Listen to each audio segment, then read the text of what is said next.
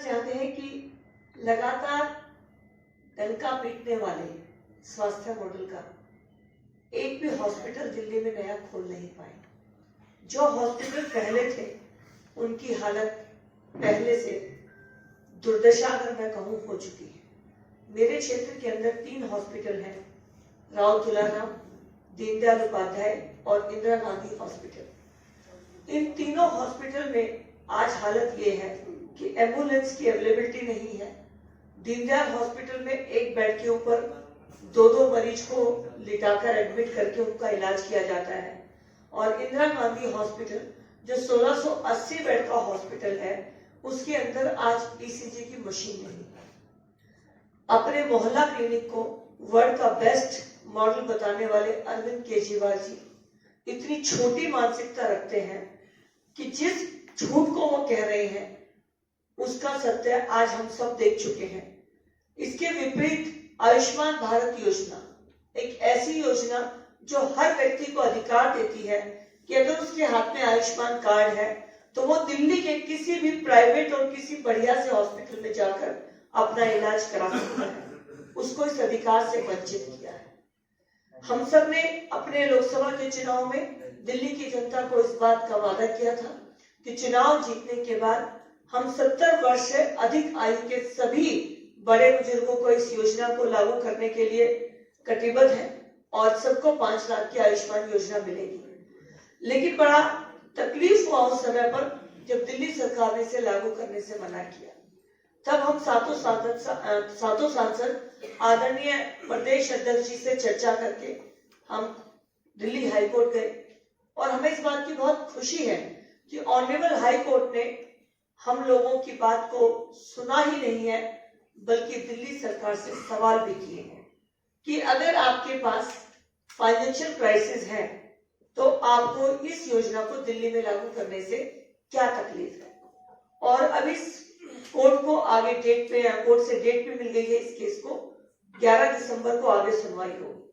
तो दिल्ली वासियों के हक की लड़ाई दिल्ली हाई कोर्ट में आगे सुनी जाएगी, और हम पूरा विश्वास रखते हैं कि इसका फैसला दिल्ली हाई कोर्ट दिल्ली की जनता के पक्ष में आएगा और दिल्ली के सातों सांसद इस योजना को दिल्ली में लागू कराने के लिए ऑनरेबल कोर्ट की मंजूरी लेकर आएंगे। लेकिन सवाल ये है कि ऐसा क्यों किया जा रहा है। मानसिकता इतनी छोटी है कि अपने अलावा किसी को देखना ही नहीं चाहते। तो आज दिल्ली के पूर्व मुख्यमंत्री अरविंद केजरीवाल जो इस योजना को न लागू होने का मुख्य कारण रहे, उनसे सवाल है कि दिल्ली की जनता के हितों को आपने ताक पर रखकर अपनी राजनीति की है, तो इस बात का जवाब आपको देना चाहिए। और अभी भी समय है, आपको इस योजना को कोर्ट का ऑर्डर आने से पहले लागू करके दिल्ली की हक की आवाज को लागू करना चाहिए। भारत के तत्कालीन स्वास्थ्य मंत्री ने घोषणा की, लेकिन किन्हीं कारणों से अरविंद केजरीवाल की सरकार ने उनके आग्रह को स्वीकार नहीं किया।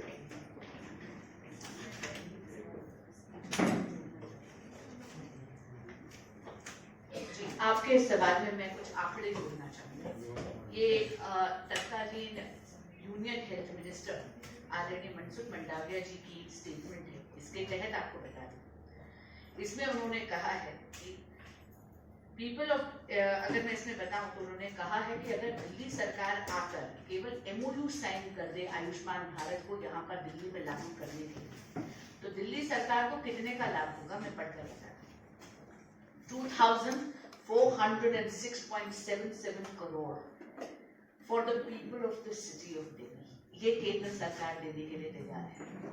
और मैं आपको और बताती हूँ, अगर इसमें मार्च 2024 तक इसमें ये पाया गया था that 6,54,041 families, यानी 30 लाख इंडिविजुअल, 30 लाख लोगों को इससे लाभ होगा, जिसमें से 47 करोड़ रुपया सालाना केंद्र सरकार आम आदमी पार्टी की दिल्ली सरकार को आयुष्मान भारत PMJ यहाँ लागू करवाने के लिए तैयार है। माननीय विदुरी जी इसको सबको कंक्लूड करके एक अंतिम वक्तव्य बोलेंगे।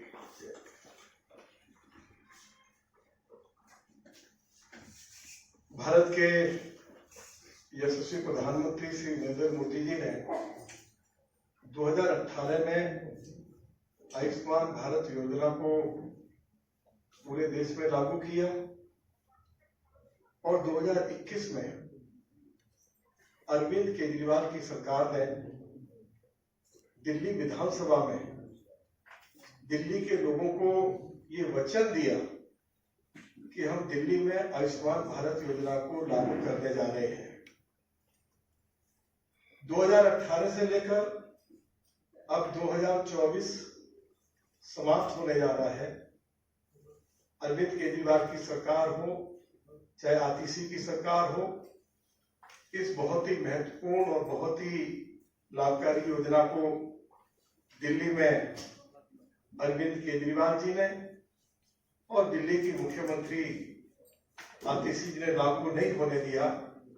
उसके तो हम लोग कड़ी निंदा करते हैं, लेकिन मैं अंत में अरविंद केजरीवाल जी से भी और दिल्ली की मुख्यमंत्री आतिशी जी से आग्रह करना चाहता हूं, केजरीवाल जी, आतिशी जी, आप वरिष्ठ नागरिकों की बददुआएं मत लीजिए। 70 और 70 साल से ज्यादा के जितने भी वरिष्ठ नागरिक हैं, चाहे वो गरीब हैं चाहे वो अमीर हैं, उनके लिए 5 लाख रुपए तक के मुफ्त इलाज की व्यवस्था देश के यशस्वी प्रधानमंत्री आदरणीय श्री नरेंद्र मोदी जी ने उपलब्ध कराई है। इस योजना का लाभ वरिष्ठ नागरिकों को मिल जाए, ऐसा हम उनसे एक बार फिर सभी साथ के साथ एमपीज, दिल्ली प्रदेश भारतीय जनता पार्टी के अध्यक्ष श्री वीरेंद्र सचदेवा जी के नेतृत्व में आग्रह करना चाहते हैं।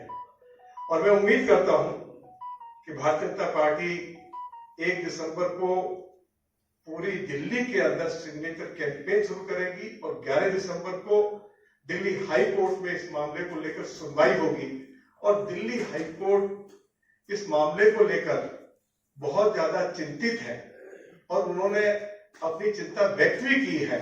मैं एक बार फिर अपील करता हूं कि 1 दिसंबर से पहले हम इलेक्शन और सिग्नेचर कैंपेन के लिए दिल्ली में हम घर घर जाएं या कैंप हम लगाएं, उससे पहले अरविंद केजरीवाल दिल्ली में इस योजना को लागू करने की घोषणा कर देंगे, ऐसा मैं उनसे अंत में आग्रह करता हूं।